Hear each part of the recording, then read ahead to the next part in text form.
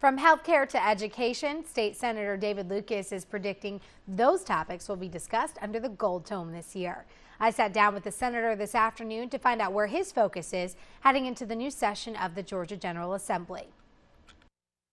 Do you think it's going to be a big year for your local counties? Well, you know, I think one of the biggest things and one of the biggest challenges that I have, as well as the other members of the General Assembly, is getting through the budget year. We did have some growth in revenue, but I think this month was kind of down. We do have some basic things we have to see about, and that's education. Of course, there is conversation about giving state employees as well as teachers a pay raise. The question comes up because of the Superintendent's Association, in that they have what we call 100% locally funded folks. And if you give that pay raise, then they are going to have to come up with that extra money to pay for those locally 100.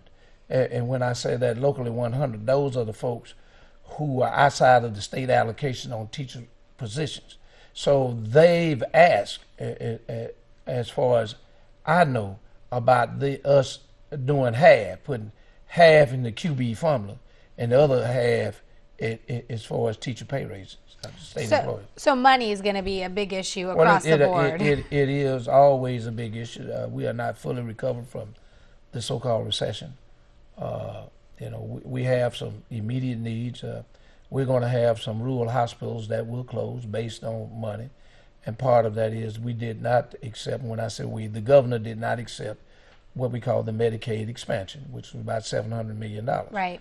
And what that money would have done was basically fix those folks who are in what we call the ditch. In other words, under the Affordable Care Act, an individual has to make at least $11,500 right. in order to sign up and enroll under the Affordable Care Act. So if you make less than that, then you need you a part-time job to bring your income up to $11,500. Right. If you don't have $11,500, then you're in the ditch.